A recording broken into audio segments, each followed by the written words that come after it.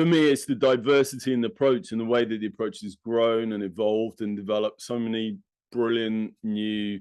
kind of evolutions and applications, like the work of Robert Elliott and Les Greenberg, and which has become so influential now in emotion focused therapy and focusing.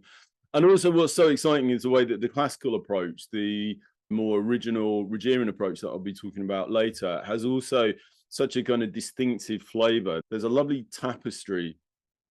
such a rich tapestry of different practices within the person-centered field. And I guess the point of the workshop today is to introduce people to that tapestry, to talk about the different approaches, to talk about the way that it's evolved and some of the complexities, some of the tensions, some of the differences. But also, more than anything, I think, to convey that richness of the kind of treasure trove of different ideas that have evolved from the work of Rogers and over the last